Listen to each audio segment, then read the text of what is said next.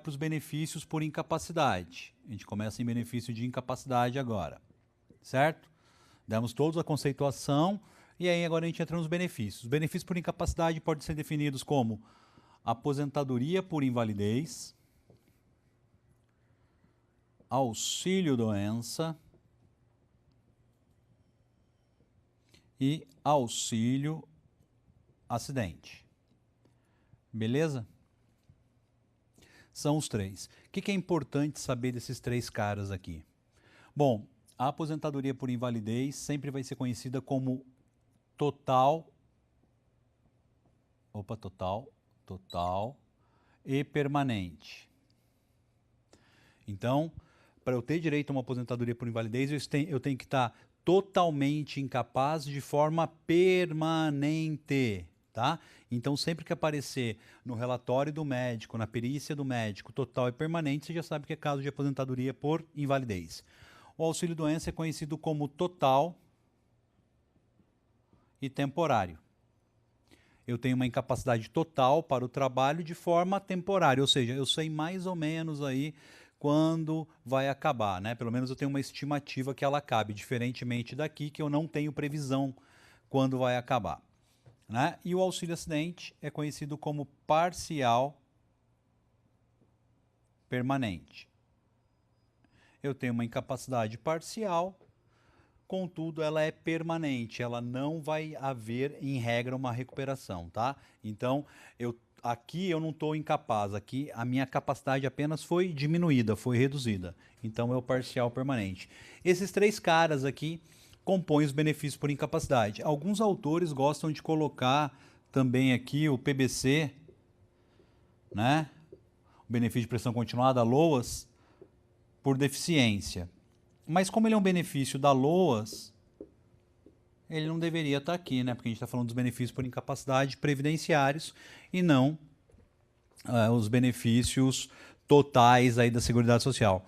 Lá no meu livro eu até coloco ele, né? Mas mais a título de curiosidade só do que propriamente ele seria um benefício por incapacidade. Muito embora os conceitos de incapacidade daqui eu use aqui também e vice-versa, tá? Beleza? Tranquilo? Então vamos lá. Então a gente falou dos benefícios por incapacidade, aposentadoria por invalidez total e permanente, auxílio-doença total e temporário, auxílio-acidente parcial e permanente.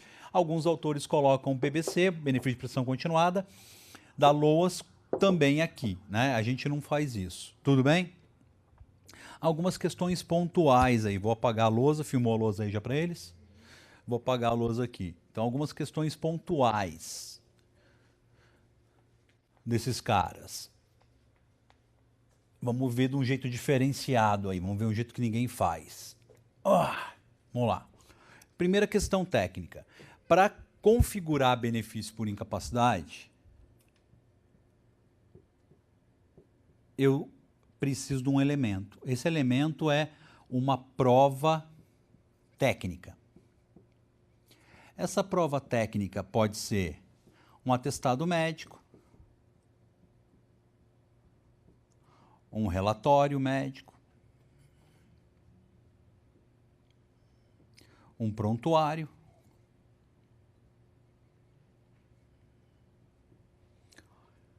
um parecer ou ainda um laudo técnico. E aqui a gente já mata outra coisa. Bom, esses 5 caras aqui, basicamente, são os documentos médicos utilizados para configurar um benefício por incapacidade. Tudo bem até aí? O atestado, relatório, prontuário, parecer e laudo técnico. Vamos começar assim. O laudo técnico, só quem pode dar é o perito. Seja ele do INSS ou seja ele do juízo. Então aqui, seja ele do INSS ou do juízo. Então não peça laudo técnico para médico porque não é o documento correto. Quem pode dar parecer? O médico assistencialista, tá? Onde você vai comprar a opinião técnica do médico especialista sobre isso.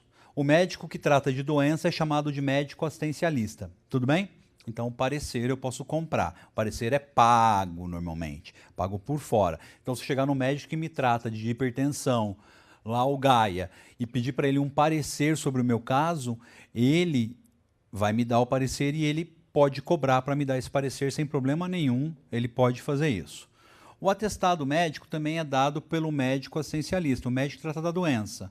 Só que o atestado médico, em regra, não pode ser cobrado, tá? Então, o médico tem que dar naturalmente. O médico que me trata tem que dar naturalmente. O atestado médico, ele é conhecido como fotografia ou foto. Ele atesta apenas o momento. Então, assim, o Anderson está incapaz agora, ou por certo tempo. Ele atesta o momento, ele é muito estanque. Tudo bem? Já o relatório médico, também é dado pelo médico assistencialista, é o filminho. Deixa eu acontecer alguma coisa aí. Deixa eu ver.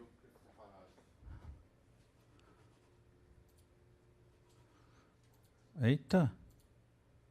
Bom, já o relatório é o filminho, tá?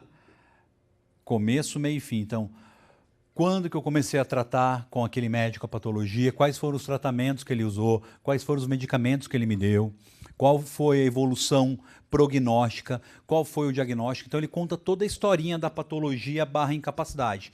Então, normalmente, a gente prefere mais usar o quê? O relatório, tá? O relatório, então, faz toda essa historinha, vai contando toda essa historinha. O prontuário também é dado pelo médico assistencialista, ou hospital.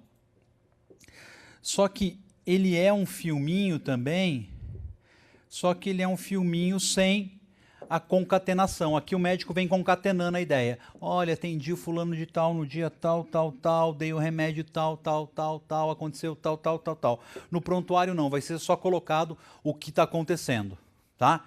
Medicação, 10 miligramas de endorfina. E vai ser assim, vai ser bem seco, não vai ter as ligações, mas também o prontuário médico ajuda bastante, tá? Então, entre o atestado e o prontuário, sempre eu prefiro o prontuário. Esses caras todos aqui são os documentos que a gente vai usar para configurar o benefício por incapacidade ou os benefícios por incapacidade. Como eu falei, eles são uma prova técnica e dependem do quê? De uma avaliação de um especialista sobre o tema. Tranquilo até aí? Deu para pegar? Esqueminha aí na tela? Beleza? Bom, primeira questão técnica, né? Quem faz? Bom, quem faz isso é o médico. Que tipo de médico? Se for esses três aqui, mais o parecer, então se for o atestado, o relatório, o prontuário e o parecer, quem faz é o médico assistencialista, tá? Vou colocar aqui, ó, médico assistencialista. Tudo bem? O médico trata a pessoa. Agora, se for o laudo, quem vai fazer é o perito. Como a gente já falou, perito do juízo ou perito do INSS. E aqui que tem um problema. O perito pode ser perito de formação ou ele pode ser perito de profissão. O perito de formação, ele fez um curso técnico, uma pós-graduação, uma especialização, e aí ele recebeu a alcunha ou o título de perito, ok? Então ele é pós-graduado em perícia médica, ok. Esse cara normalmente não pode ser impugnado quando eu estiver discutindo o benefício por incapacidade. Ele é inipugnável, porque ele tem especialidade técnica da própria perícia, resolvido. Agora, o perito de profissão, não. Quem é o perito de profissão, normalmente? É aquele cara que o juiz nomeia. Então, o juiz pega lá um clínico geral e nomeia ele como perito. E, às vezes, a especialidade técnica dele é clínica geral e ele está fazendo uma perícia psiquiátrica. Ele tem competência técnica? Provavelmente não. Mas ele tem alcunha de perito? Sim, tem.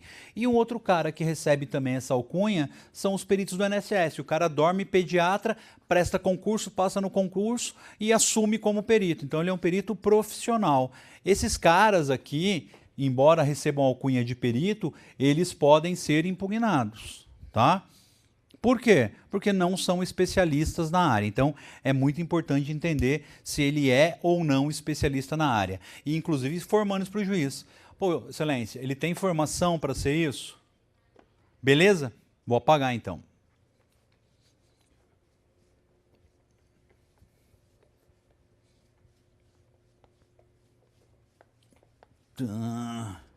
E aí...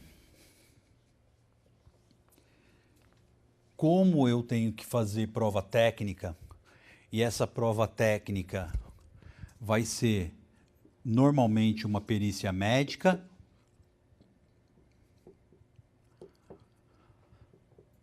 ou ADM, ou judicial, e normalmente a gente faz ela judicial, porque a ADM é bem complicado, por conta da Lei 13.457, a gente já fala dela daqui a pouco.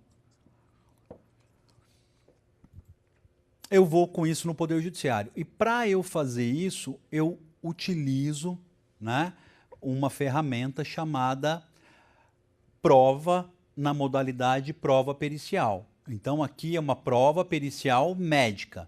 Então isso me remete lá ao 464.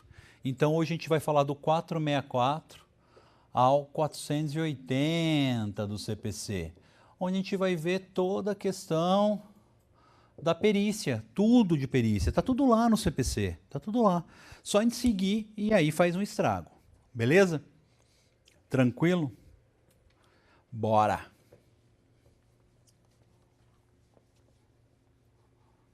Bom, primeira coisa, vamos lá no 464. Aqui, ó. A prova pericial consiste em exame, vistoria ou avaliação. Legal. O juiz indeferirá a perícia quando a prova do fato não depender de conhecimento especial técnico, ou seja, se não é necessário ter conhecimento técnico, não é necessário ter perícia. O juiz pode dispensá-la. For desnecessário em vista de outras provas produzidas. Por exemplo, eu trago lá um relatório médico do maior especialista do mundo em psiquiatria, falando que o Zé está incapaz para o trabalho. O juiz, olhando isso, ele pode dispensar também a perícia, tá? Então, guardem aí, tá? 464, 2. Deixa ele guardado que a gente vai usar ele depois. A verificação for impraticável, eu não consigo periciar o negócio. E aí, babou. Beleza? Deixa eu rodando aqui para vocês. Parágrafo 2º. Fala, candango! Caiu da cama, filho? Fala, candango. Beleza? Aí, de ofício ou a requerimento das partes, o juiz poderá, em substituição à perícia, determinar a produção de prova técnica simplificada, quanto o ponto controvertido for de menor complexidade. É isso que muito JEF está fazendo. O que os JEFs estão fazendo, juizados especiais federais? Mandam o médico perito fazer a perícia e, ao invés dele dar, né, o laudo técnico pericial, ele vem e já apresenta o laudo em audiência. E o juiz já pergunta se tem ou não aí, né, em regra, como fazer um acordo se for incapaz, né, se tiver incapacidade, ou já julga o processo ali mesmo na hora. Tranquilo? Então, basicamente é isso, né? Isso aqui vai ficar muito em moda, tá? Parágrafo 2º. Terceiro, a prova técnica simplificada consiste apenas na inquirição do especialista pelo juiz sob o ponto de vista controvertido da causa que demande especial conhecimento científico ou técnico. Aquilo que eu falei, os chefes estão usando muito, né? Durante a arguição, o especialista deverá ter formação acadêmica específica na área objeto do seu depoimento. Ó, vou falar de novo. Então você guarda aí o parágrafo 4º para você usar ele muitas vezes, tá? 464, parágrafo 4º. Vamos ler ele e vamos entender essa bagaça. Durante a arguição, o especialista que deverá ter formação acadêmica específica na área objeto de seu depoimento poderá valer-se de qualquer recurso tecnológico de transmissão de som, imagem, com o fim de esclarecer os pontos controvertidos da causa. O que ele tem que ter? Formação acadêmica específica na área objeto. E aí, se ele é um clínico geral e ele estiver falando de psiquiatria, de verdade, verdadeira, não dá para entender que ele tem especialidade técnica objeto na área, né? Ou objetiva na área, porque ele não é um psiquiatra. Então ele pode ser o quê?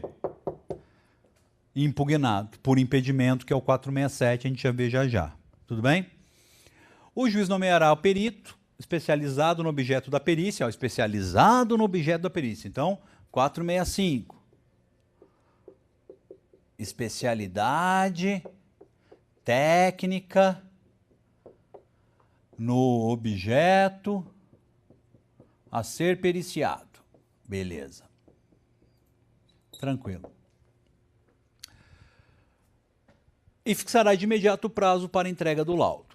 Incumbe as partes, dentro de 15 dias contados da intimação, despacho e nomeação do perito, importantão, arguir impedimento ou suspensão do perito, se for o caso. Então, se você entender que o perito está impedido ou suspeito, você deve arguir na sequência, tá? Que sequência? 15 dias contados da intimação aí de nomeação do perito. Muito cuidado, porque as pessoas normalmente não impugnam o perito. E depois elas querem impugnar a perícia.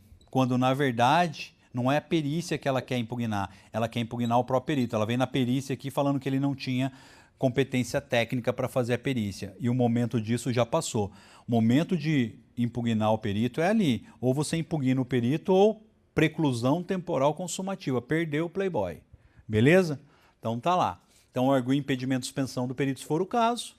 Indicar assistente técnico, apresentar quesitos. Então, é aqui nesse momento, né, que eu tenho que pedir aí, né, a impugnação por impedimento, certo? Do perito, porque ele não tem competência técnica. Ciente da nomeação, o perito apresentará em até 5 dias proposta de honorários, currículo com a comprovação da especialização. Então ficou na dúvida. Eu normalmente coloco, quando eu peço o perito, eu já coloco o perito que eu quero, né? Falo, preciso de um psiquiatra aqui. E depois, quando o juiz nomeia, se o juiz não coloca, porque muitas vezes o juiz coloca, nomeia o doutor fulano de tal, CRM tal, especialista em psiquiatria. Se ele não coloca, eu posso ir até a vara e pedir cópia do currículo dele para ver se ele tem o quê? A especialização técnica na área. E se ele não tiver, eu vou impugnar. Então é uma coisa que você pode fazer aí. Né? O advogado fica, como é que eu sei se ele é? Eu fico procurando na internet. Não, vai lá na vara e pronto. Tá? Contatos profissionais, especial endereço eletrônico, por onde serão dirigidas as intimações pessoais. A parte ou as partes serão intimadas da proposta de honorários para querendo manifestar-se no prazo comum de 5 dias, após o que o juiz arbitrará o valor, intimando as partes para fins do artigo 95 do CPC. O juiz poderá autorizar o pagamento de até 50% dos honorários arbitrados a favor do perito no início dos trabalhos, devendo o remanescente ser pago até ao final. Ok. Quando a perícia for inconclusiva ou deficiente, o juiz poderá reduzir a remuneração. Tá, isso não interessa pra gente. Quando tiver de realizar por carta, poderá proceder à nomeação de perito e indicação de assistentes técnicos, no juízo ocorre requisitar a perícia. Ok, né? Uma carta aí precatória, ok, tranquilo. 466. O perito cumprirá escrupulosamente, ou seja, de forma visceral, o encargo que lhe foi cometido, independente do termo de compromisso. Então, independente dele ter assinado ou não o termo de compromisso, ele tem que cumprir exatamente o que o juiz determinou para ele. Tranquilo?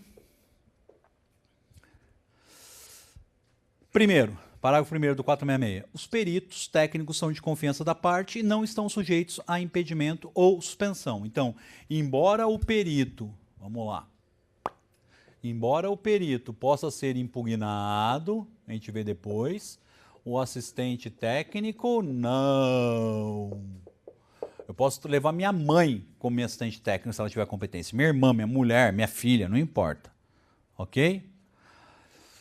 O perito deve assegurar aos assistentes técnicos das partes o acesso ao acompanhamento das diligências, dos exames que realizar com prévia comunicação, comprovada nos autos com antecedência mínima de 5 dias. Beleza. 467, aqui que é legal. o perito pode excusar-se ou ser recusado por impedimento ou suspensão. Parágrafo único. O juiz, ao aceitar a escusa ou ao julgar procedente de impugnação, nomeará novo perito. 468. Então, o perito pode ser substituído quando? Faltar-lhe conhecimento técnico ou científico. Então, o que eu faço? 465 mais 467 mais 468, inciso 1. Eu entro com uma impugnação por impedimento. Por que impedimento, Carlos? Lhe falta conhecimento técnico e científico acerca do objeto técnico a ser periciado. Pronto. Eu usei o 465, o 467, certo? Porque eu posso alegar o impedimento, mais o 468, inciso 1. Então, uma boa impugnação nesse tipo de matéria, ela é feita sempre por impedimento. Eu faço, então, a impugnação por impedimento e demonstro o quê? Aquela pessoa não tem competência técnica nos termos dos artigos supracitados para ser o perito. Então, ó, fiz um esqueminha bem facinho para você seguir. Petição não precisa ser muito... 20 páginas. 2 páginas concisas, ok. Resolveu a parada. Tá de bom tamanho. Entendeu? É só explicar lá e saber explicar. Tá? Inciso 2 do 468. Sem motivo legítimo, deixar de cumprir o encargo no prazo que lhe foi pedido ou assinado. Nos casos previstos do inciso 2, o juiz comunicará a ocorrência à corporação profissional respectiva, podendo ainda impor multa ao perito, fixada tendo em vista o valor da causa e o possível prejuízo decorrente do atraso no processo. O perito substituído restituirá no prazo de 15 dias os valores recebidos pelo trabalho não feito, sob pena de ficar impedido de atuar com o perito judicial pelo prazo de 5 aninhos. Parágrafo 3º. Não ocorrendo a restituição voluntária de que trata o parágrafo 2º, a parte que tiver realizado adiantamentos honorários poderá promover execução contra o perito na forma do 503 do CPC. Ok. 469. Anotem aí. Ele é do mal. 469 é do mal para a gente usar ele pra caraca. Ele já me salvou muitas vezes. Vamos entender aí o 469. Olha lá. O maior problema de vocês é falar assim para mim: Carlos, eu não consigo acompanhar a perícia porque o juiz não deixa, porque o perito não me deixa entrar, e aí a perícia é uma meleca porque não dá para acompanhar. Ai, aqui, você não sabe, aqui é diferente daí de São Paulo. É tudo igual, viu, gente? Eu já fui em quase todos os estados da federação e todo mundo fala essa lenga-lenga para mim, mas na verdade mesmo, muitas vezes a pessoa não sabe usar a regra. Tá? 469. Pá! É o cara, hein, ó. Lembra lá, 69. 469. Olha o que o 469 diz. As partes podem apresentar quesitos suplementares durante a diligência, que poderão ser respondidos pelo perito previamente ou na audiência de instrução e julgamento. O que é isso? A única forma de eu fazer quesitação suplementar é se eu tiver no ato da diligência audiência. Então, se eu não estiver lá, eu não posso fazer o quesito suplementar. Se eu não fizer quesito suplementar porque o juiz não me autorizou, porque o perito não me autorizou, vai ter uma coisa chamada quebra do devido processo legal. Artigo 5º, 54 e 55 da Constituição Federal. E aí vai gerar o quê? Nulidade processual. Então, o que eu falo para o juiz? Excelência, eu já estou requisitando aqui na inicial o pedido de acompanhamento de perícia com base no quê? No 469, porque pode ser que eu tenha que fazer quesito suplementar e aí só estando em audiência. Ah, doutor, o senhor pode fazer depois, excelência, como Vossa Excelência bem sabe, né? O quesito do 469, ele sofre de preclusão temporal consumativa assim que o ato diligência, audiência encerra-se. Então, assim que acabar a audiência, está morto, eu não posso fazer mais nada. Então, eu tenho que estar lá. Tá? E se Vossa Excelência não autorizar, sem problema nenhum, vai dar nulidade processual nos termos do artigo 5º, 54 e 55, quebra o devido processo legal. Pronto, ó. Puf. Joguei uma bomba no colo do cara. Fora isso, eu tenho também a consulta parecer 44 CFM, que autoriza aí o advogado a acompanhar a perícia. Tranquilo, sem problema nenhum, tá? E ainda, se você quiser mais um elemento, você tem a resolução 1931, que é o Código de Ética Médico, 100, Código de Ética Médico, lá no artigo 73, se não me falha a memória, hein? Tá? Que fala o quê? Se não me falha a memória, é o 73, que fala o quê? O sigilo é do paciente, não é do médico. Então, como é que eu faço? Quando o cliente me contrata, ele assina procuração, declaração de hipossuficiência, mesmo sendo o GEF, ele já assina isso, porque segundo grau do GEF é pago, contrato de honorários, peça importante do processo, e ele assina mais o quê? Uma declaração de acompanhamento médico-pericial, onde ele abre mão do sigilo paciente-médico em favor do seu procurador, no caso, o advogado. Então, são esses 4 documentos. Então, quando eu venho e peço 469, eu já junto o quê? A declaração do meu cliente falando o quê? Que ele abre mão do sigilo médico-paciente, aliás, paciente-médico, nos termos da resolução 1931 do 100, lá no artigo 73, em favor do seu bastante procurador ou advogado. E aí cito o 469. Se não bastasse isso, ainda cito o quê? A consulta parecer 44 também do Conselho Federal de Medicina, que é um pedido nosso, foi um pedido nosso, da OAB aqui de São Paulo, da Comissão de Prerrogativas aí da OAB São Paulo, que a gente estava lá, na época como vice-presidente, e pedimos, e está lá. Então, resolveria o problema. Ó. Então, e se não quiser deixar acompanhar, excelente, sem problema, vai dar ferimento ao artigo 5º, 54 e 55, vai gerar nulidade processual. Puf! Então, conhecendo o CPC e conhecendo a legislação e sabendo fazer, você nunca tem problema. E se tiver problema, você vai resolver, porque você vai anular o processo. Aí você deixa o processo correr. Deu merda? Nulidade no recurso. Ah, o tribunal manteve, o tribunal recursal manteve? Sobe com ele. Tá? E a hora que você subir, lá em cima os tribunais superiores ou a turma nacional de uniformização vai derrubar porque quebra do devido processo legal, não tem jeito. Beleza? Bem baba, hein? Diquinha é bem fácil. Pode pagar?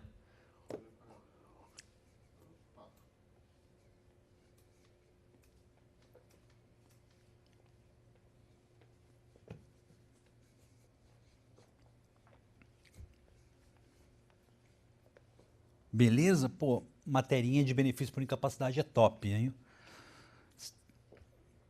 Por que ela é top? Olha o que está acontecendo agora, parando ali um pouquinho, só para você entender. O INSS está levantando milhões de pessoas por conta da Lei 13.457. O que essa lei é?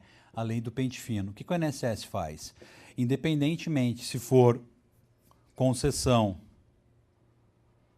ADM ou judicial, o INSS chama a pessoa e fala, levanta-te e anda. E essa pessoa faz o quê? Ela tem que procurar o advogado. Isso está acontecendo com mais de 1 milhão de pessoas agora. Sem contar isso, eu tenho ainda as negativas diretas do INSS. Então aqui são pessoas que têm benefício e o INSS está cancelando. E ainda tem as pessoas que o INSS não está dando benefício de cara.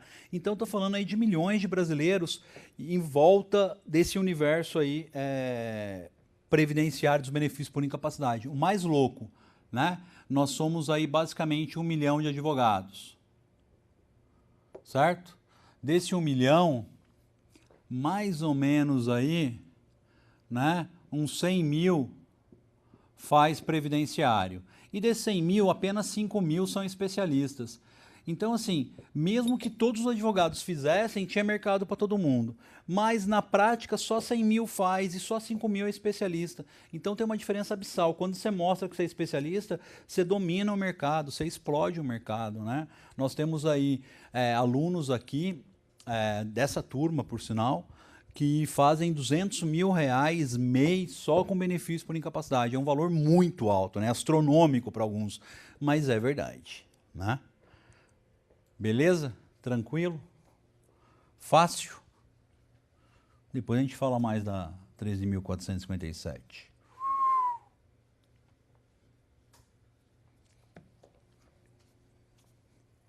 Bora lá. 469, já falamos. Vendo o piso aqui, tá fazendo um barulho. Parágrafo único. O escrivão dará à parte contrária a ciência da juntada dos quesitos aos autos. Lógico, depois. Incumbe ao juiz, nos termos do 470, indeferir quesitos impertinentes. Beleza. Formular os quesitos que entenderem necessário o esclarecimento da causa. Ok. 471. As partes podem, em comum acordo, escolher o perito, indicando mediante requerimento, desde que seja plenamente capaz, a causa possa ser resolvida por autocomposição. Isso aqui também não interessa para a gente, né? Então, parágrafo 1º, as partes, ao escolher o perito, já devem indicar respectivos assistentes técnicos para acompanhar a realização da perícia que se realizará. O perito assistente técnico deve entregar, respectivamente, o laudo e pareceres no prazo fixados pelo juiz, ok. A perícia consensual substitui, para todos os efeitos, a que seria realizada pelo perito do juízo, perfeito. Isso aqui não interessa para nós, que nunca vai ter quase em previdenciário. 472. O juiz poderá dispensar a prova técnica quando as partes, na inicial ou na contestação, apresentarem sobre as questões de fato, pareceres técnicos ou documentos elucidativos considerados suficientes. Lembra? 472, ó. Vamos subir? Segura o 472 aí, ó.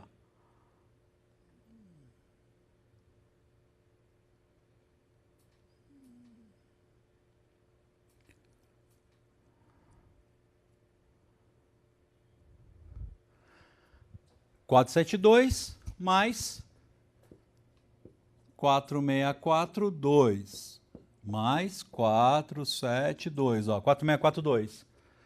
O juiz poderá dispensar a perícia quando ela for desnecessária em vista de outras provas produzidas. Então, 4.642. Aí é o 4.642 mais o 472. Pam, pam, pam. O juiz poderá dispensar a prova pericial quando as partes inicial na contestação apresentarem sobre as questões de fato pareceres técnicos ou documentos elucidativos considerados suficientes. Então, o que a gente faz aqui? Eu trago, às vezes, um parecer técnico aí de um mega especialista. E peço para o juiz o quê? Nos termos do artigo 4.642 e do artigo 472, né? Então, 4.642 combinado com 472 do CPC, que Vossa Excelência acolha a prova técnica como bastante suficiente para a comprovação da incapacidade pedida na exordial, né? Ponto e vírgula. Caso Vossa Excelência assim não entenda, pugno pela perícia. Então, o que eu faço? Juiz, dispensa a prova pericial nos termos do 4.642, 472. Se eu quiser ainda dar uma reforçada, eu coloco aqui mais artigo 37 e seguintes da CEF, tá? Princípio da eficiência e da economia processual. Falando para ele o quê? Ó, tem uma prova técnica capaz de provar para você que o cara está incapaz. Então, peço a dispensa da perícia e peço também aí para Vossa Excelência colher isso dessa forma. Caso Vossa Excelência assim não entenda, então eu coloco aqui um ponto e vírgula, pum, pum. Caso Vossa Excelência assim não entenda, pugno pela realização da perícia. Então, o que eu fiz? Eu coloquei o pé nos dois barcos. Eu falei, ó, ou você vem por aqui, e aí tá tudo ok, não precisa fazer perícia, o processo vai ser acelerado, ou se você entender que tem que fazer perícia, juiz, bora para cá, tá? Já estou pedindo também. Então, beleza? Bem facinho. Se você souber seguir o CPC, você faz um estrago. O que eu percebi visitando vários estados, vários, é que a maioria dos advogados não faz essa leitura do CPC. E o CPC está lá para ser lido e ele nada mais segundo o BEDAC falava, né? a qual eu tive a honra de ser aluno na pós-graduação de processo civil, ano de 2004, eu acho, 2005, uma coisa assim. Uma turma especial que o PEDAC fez, que era só de juízes e procuradores. Só tinha 2 advogados, eu e mais um. O processo é a estradinha que leva até o direito ou a feitura da justiça. Então usa estradinha. Não adianta você ter lá um bom direito material e você não conhece processo, você vai ficar dando cabeçada. É mais ou menos a história da menina que chegou, ela pediu emprego para mim, aí eu peguei e mandei para ela falando, então eu estou aqui na jurídica, o endereço é tal, e mandei para ela pelo Instagram. Não sei por que cargas d'água ela deletou, mas ela sabia que era a jurídica e que ficava aqui na Barra Funda. E aí ela veio na Barra Funda. Né? E eu tinha falado para ela na mensagem que naquele dia eu ia entrar em reunião por volta das 10 horas da manhã e só ia sair por volta das 14h30. E ela chegou na Barra Funda aqui e saiu perguntando pro pessoal onde que é a jurídica, onde que é a jurídica, onde que é a jurídica. Alguém sabia? Não, ninguém sabia. Então ela não veio no encontro. Aí depois ela mandou uma mensagem falando, e onde que é aí? Sendo que ela poderia ter entrado no Google, jogado a jurídica e apareceu o endereço, né? Ela podia ter ligado aqui na jurídica e perguntado qual era o endereço. Podia ter feito um monte de coisa. Ela não fez. Então, embora ela soubesse o que ela queria, que era vir até a jurídica, ela não sabia o quê? O caminho. Ela não sabia qual estrada percorrer para chegar no objetivo. E aí, dançou. Então, embora você conheça muito direito material, né, tem um direito material forte, se você não conhecer processo, você está fadado ao insucesso. Você está de brincadeira na tomateira, não vai rolar. Né? Agora, se eu conheço pouco direito material, mas eu conheço muito direito processual, é mais fácil você ganhar conhecendo pouco direito material, mais o direito processual conhecendo bem. Porque o direito processual é o caminho. Né? É como se eu tivesse o Waze ligado e ele falando, vira aqui, tem trânsito ali, tem acidente lá, polícia reportada à frente, radar de velocidade está acima. Então, quer dizer, é o caminho, eu sei todo o caminho. Então, processo civil é vida. Carlos, caramba, então vou parar, vou fazer uma pós de processo civil. Não precisa fazer uma pós de processo civil, embora seja adequada, a jurídica até vai ter pós de processo civil agora, na sequência, mas a gente vai dar a base técnica para vocês, né, terem um bom conhecimento de processo civil. Minha primeira formação é processual, né? Antes de ser previdenciarista, eu sou um processualista, então você vai aprender bem a matéria processual aí. Beleza? Tranquilo? Show? Pegaram lá? 4642 mais 472, mais artigo 37 da CEF. Bem fácil. O legal de não ter aluno ruim também é que a aula vai, né? Não sei se está com dúvida ou não está com dúvida, ó. Isso aqui que eu falei, normalmente eu teria falado quase em 3 horas. Porque ia ter um monte de dúvida aí. A pessoa ia contar um caso dela, aquelas coisas. Certo? Beleza? CPC? Facinho? Continuando. 473. Aqui é muito importante. O que o 473 é? O 473 é o fluxograma. 473 é o fluxograma da perícia. Então, se o perito não seguiu o fluxograma, a perícia não foi feita. Ele tem que fazer o laudo pericial pelo fluxograma. Beleza? Então tá lá. O laudo pericial deverá conter, não é pode, hein, gente? Deve é comando imperativo, é comando ordenatório, é ordem. O laudo pericial deve conter 1. A exposição do objeto da perícia. 2. A análise técnico-científica realizada pelo perito. Então, ele tem que expor, primeiro, todo o objeto da perícia, do que se trata e etc. Depois, ele tem que falar sobre a análise técnico-científica que ele realizou no ato pericial. 3. ele deve indicar ainda o método utilizado, esclarecendo e demonstrando que esse método que ele utilizou é o mais predominante e aceito pelos especialistas da área do conhecimento fim. Ou seja, não adianta ele usar o método, por exemplo, dedutivo-indutivo, quando os especialistas adotam o método histórico. Estou dando um exemplo, tá? Não pode. Ele tem que usar o método que os especialistas, ou que a grande maioria dos especialistas adotam. E isso ele não faz. Então, o que eu vejo muito nas perícias, e o advogado não se atém, é que o perito come bola ao fazer o fluxograma. Ah, mas o juiz manda fazer desse jeito mesmo e o juiz acolhe. Não tem problema. Informa o juiz de novo, excelência. Está quebrando o 473 do CPC. Se Vossa Excelência deixar acontecer isso, vai dar nulidade processual nos termos do artigo 5º, 54 e 55. Quebra do devido processo, legal. Não está seguindo o que a lei ou o que o CPC determinou. Então, fica bem esperto em relação ao fluxograma. Eu pego muito isso, tá? Ficar esperto se o médico não fez Ctrl+C e Ctrl+V.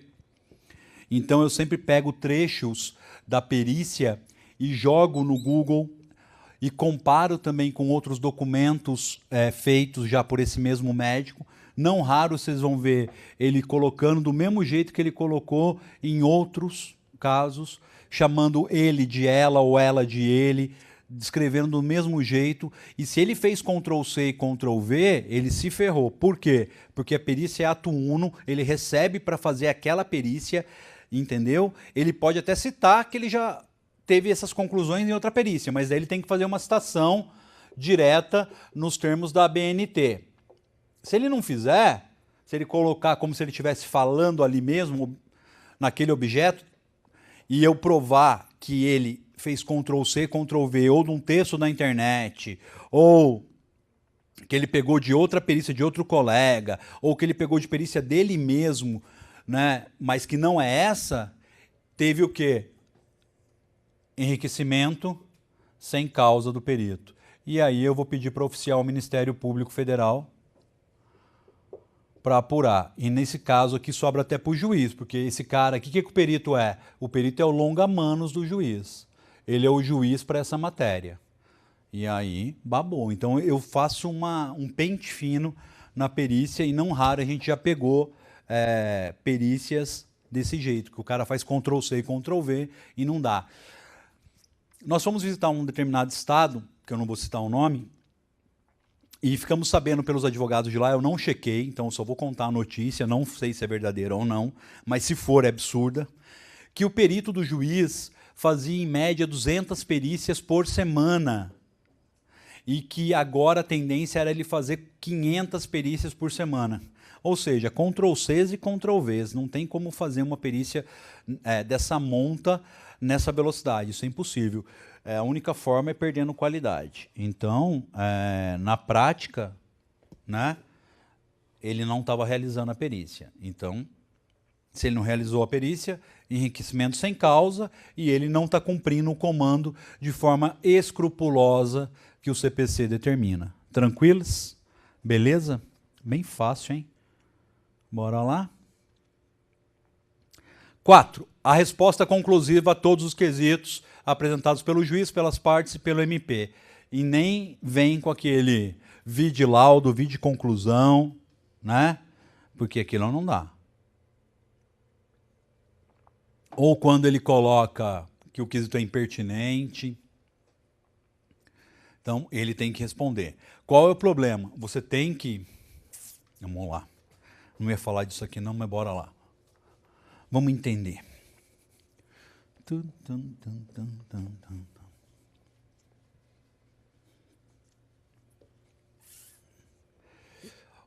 O quesito, a gente vai ver mais na frente, mas pegando o gancho aqui, o quesito ele deve ser aberto a ponto de conduzindo o perito até o resultado desejado. Tudo bem? E eu tenho que conduzir o perito a falar sempre a palavra sim. Então, se eu coloco lá no meu primeiro quesito, né? Antônio é portador de incapacidade. Se o perito responde não aqui, todos os outros quesitos que você fez, qual vai ser a resposta? Vide laudo, vide conclusão. Né? Ou prejudicado, que ele gosta de colocar. Predicado. Vai tomar aqui, ó. Predicado. Por quê? Porque você fez o quesito maior do seu processo logo de cara. Antônio é portador de incapacidade? Ele falou não, todo o resto já está perdido, porque você vai começar... Tendo a doença XKW incapacitado, Antônio, ele pode trabalhar como tesoureiro, como barbeiro, como câmera. Ele vai falar o quê? Prejudicado, porque lá em cima ele já falou o quê? Que o Antônio não é incapaz. Então, procure inverter. Uma boa quesitação é feita tendenciando ao cara falar sim. Quer ver? Nos termos do relatório médico do especialista que trata o autor, DOC X, o mesmo é portador de espondiliartrose anquilosante. Tudo bem?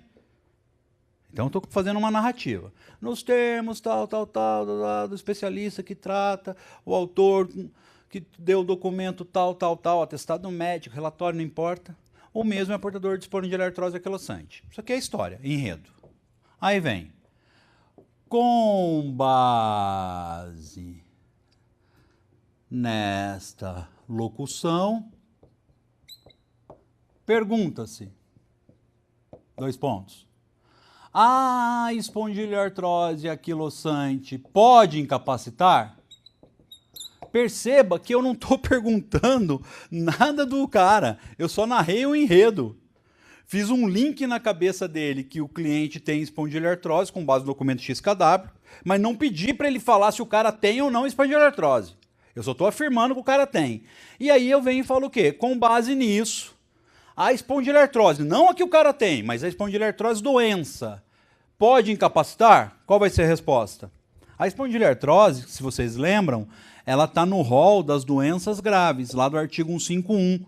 Quando a gente falou de carência, a gente falou dela, lembram? Então ela está lá, também está na portaria 2.998 do Ministério da Saúde, falando o quê? Que é doença grave e incapacitante. Então qual vai ser a resposta do perito? Sim. Ele vai falar sim. Então vocês perceberam que eu mudei a métrica? Eu estou levando ele a falar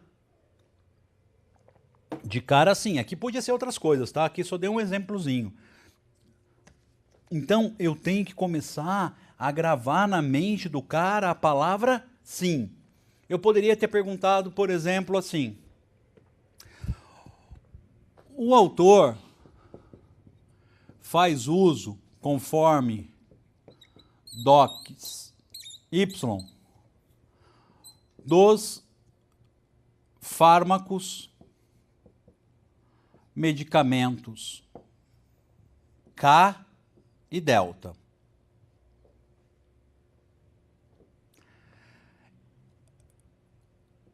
Com base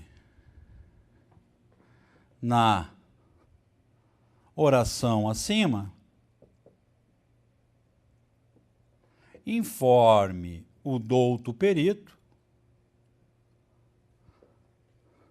se tais medicamentos ou fármacos podem gerar reação adversa. Qual vai ser a resposta? Todos os medicamentos têm reação adversa. Qual vai ser a resposta? Sim.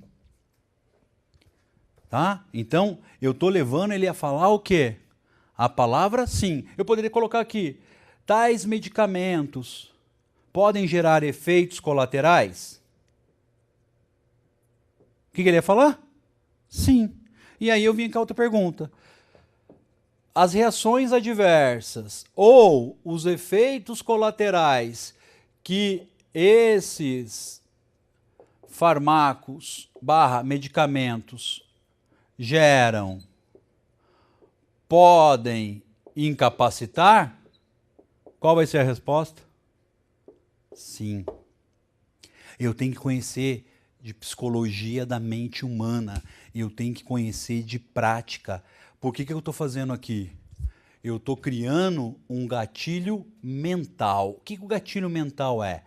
A nossa mente recebe um monte de inputs, um monte de informações.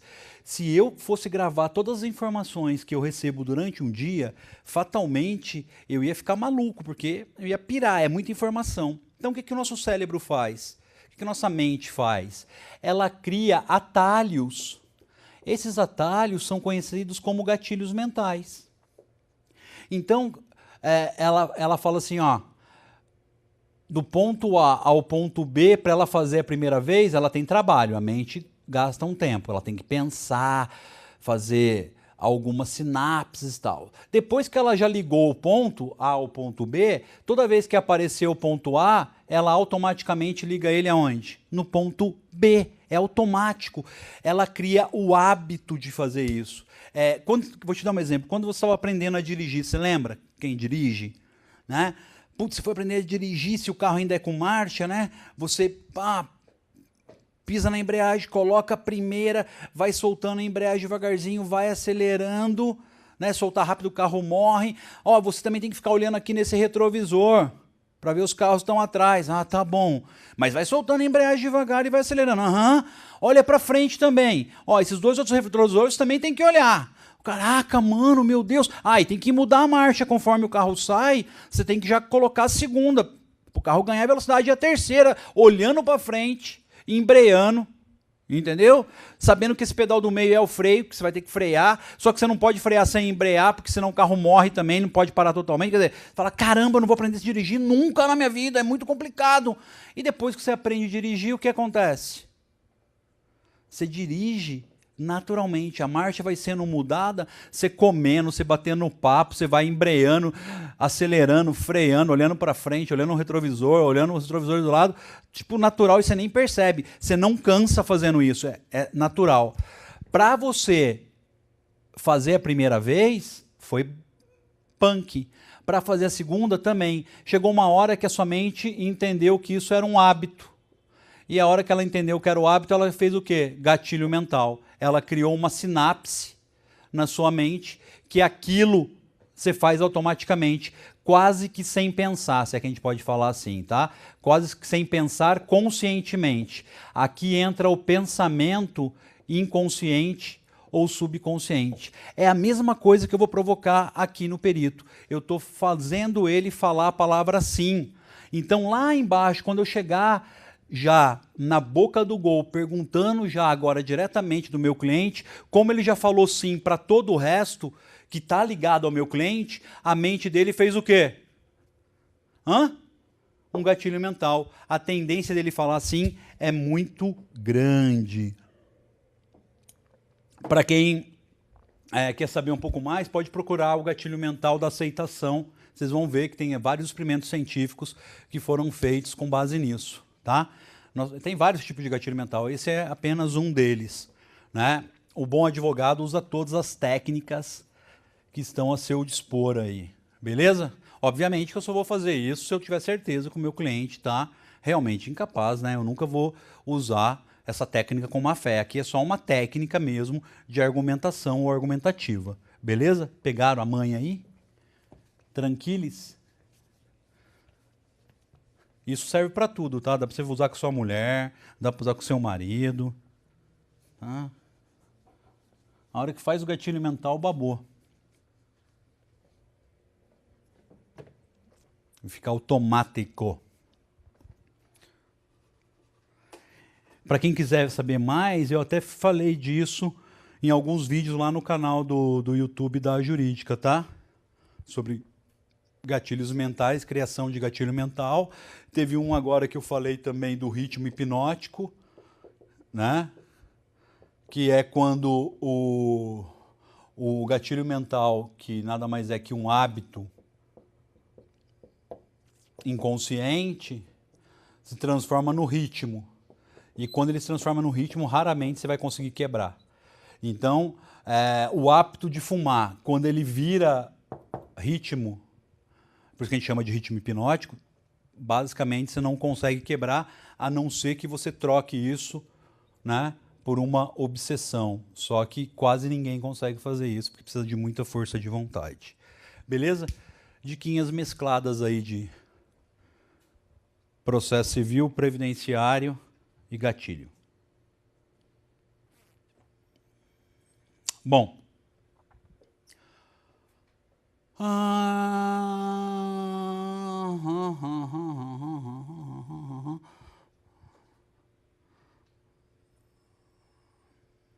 Cadê? 4. No laudo, o perito deve apresentar sua fundamentação em linguagem simples e coerência lógica, indicando como alcançou suas conclusões, então ele tem que colocar isso, e sem usar termo técnico, sem usar tipo assim, na anamnese realizada no paciente, constata-se que... Não, tá? Ele tem que usar linguagem simples, tá? Bem simples. Não pode usar linguagem técnica. Muitas vezes eles usam, mas não pode usar, tá? É vedado ao perito ultrapassar os limites de sua designação, bem como emitir opiniões pessoais que excedam o exame técnico ou científico objeto da perícia. Então ele não pode ir além do que eu perguntei. Se eu pergunto A, ele tem que responder o A. Não adianta ele vir falando, ah, não, aqui não se trata de incapacidade. Não foi isso que eu perguntei? Estou perguntando se a patologia pode incapacitar, não estou falando dele. Então lá em cima eu já lembro isso a ele, que ele deve se ater nos termos do 473, tá? Parágrafo 2º, que ele não pode ultrapassar os limites. 473, parágrafo 3º. Para desempenho de sua função, o perito assistente técnico pode se valer de todos os meios necessários, ouvindo testemunhas, obtendo informações, solicitando documentos que estejam em poder da parte, terceiros ou repartições públicas, bem como instruir o laudo com planilhas, mapas, plantas, desenhos, fotografias, outros elementos. Então é muito comum o perito, principalmente em perícia ortopédica, né, ele tirar fotinho para mostrar que a pessoa está ou não com a lesão, né? Então, a pessoa está lá com problema do manguito rotator, ele vai tirar a foto, a pessoa com um movimento reduzido, né? Usam muito isso. As partes terão ciência da data e local designado pelo juiz ou indicados pelo perito para ter início a produção de prova. Tratando-se de perícia complexa, que abranja mais de uma área de conhecimento especializado, o juiz poderá nomear mais de um perito e a parte indicar mais de um assistente técnico. Espera aí que tem novidade aqui. Eu só não lembro se eu for na GF 89. Espera aí que eu já vejo.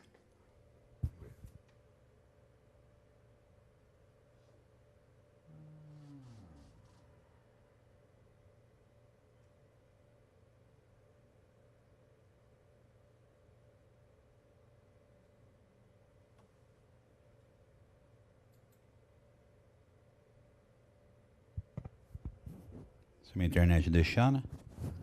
Bora lá. Espera aí.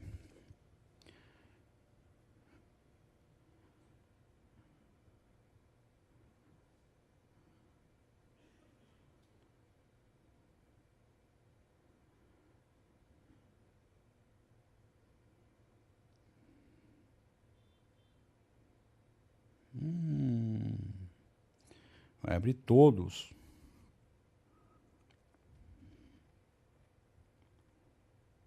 Aqui, 91. Pronto. Estava na dúvida do 89 ou 91. 91. Gravem aí. Enunciado FONAGEF do Fórum Nacional dos Juízes Especiais Federais, 91. O GF é incompetente para processar perícias complexas. Então, toda vez que for perícia complexa, a competência do GF se perde e aí cai de novo para a vara federal. Tudo bem? Então, tratando-se de perícia complexa que abranja mais de uma área de conhecimento especializado, o juiz poderá nomear mais de um perito e a parte indicar mais de assistente técnico. Então, de repente, eu preciso lá de um assistente social mais um médico. Um exemplo, tá? Aqui é perícia complexa já. o Jeff já perdeu a competência, for na GF 91. Beleza? Fala, galera, passando rapidinho aqui para fazer um convite para você que estava assistindo essa aula aqui que tá top, né, sobre benefício por incapacidade, perícia médica, a gente estava começando a falar, e aí eu pedi pro pessoal parar, porque se você quer saber mais, vem para cá, vem para a jurídica, cola aqui, vem fazer um MBA com a gente, vem aprender na prática de verdade, e mais convitinho para você, para seguir o nosso canal aqui do YouTube, seguir lá no WhatsApp, lá no Facebook, o pessoal aqui tá trabalhando aí, filmando, fazendo uma bagunça, bora pra cá, tamo junto, vem!